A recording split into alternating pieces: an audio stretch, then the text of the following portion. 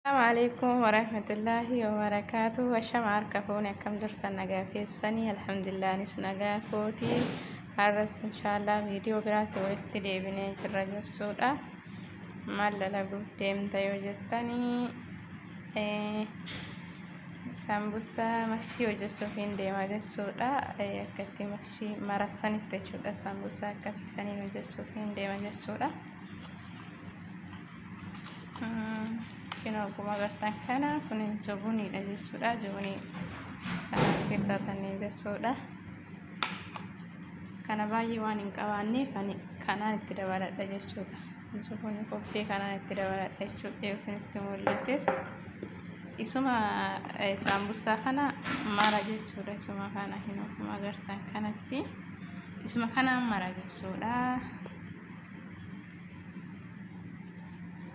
Kuni damootu kan keessatti argan jechuudha. Lixiiti keessanii qarqara irratti akka inni addaan iyyaanitti qabsiisanii jechuudha.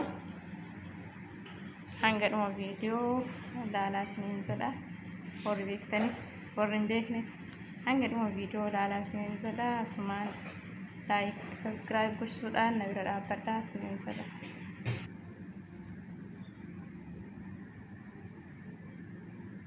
Kino zobunii keessa taa'ee isaa kun kan itti ridde maal walitti lixiidha.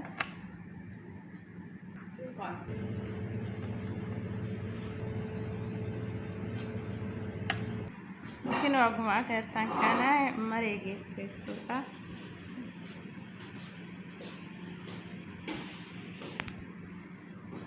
Amma zayitii keessan qofaatan.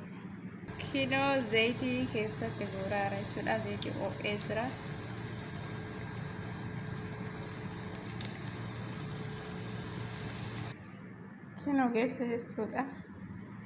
Kino geesse jechuudha. Zayitii keessaa guure ka'ee xiqqoosii qabbanaa weegeefni waan itti godhee sin agarsiisa jechuudha. Kun kan amma gargaartan kun sukkaara jechuudha.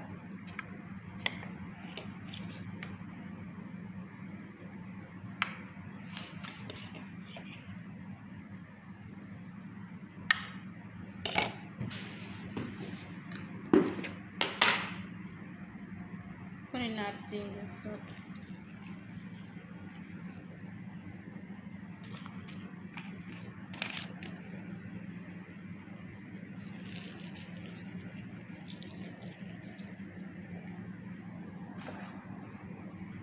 Kun abasoodhaadha jechuudha. Gurraachi. Kino akkuma argitan kanatti daqiiqaa muraasa keessatti geeffamee jira jechuudha. Viidiyoo kana hanga dhumaa daawwadhaa. Like, subscribe gochuudhaan na cinaa dhaabbadhaa isiniin jedha. Hanga viidiyoo biraatiin walitti deebinutti. Salaamu alaikum warahmatullahi wabarakatuh.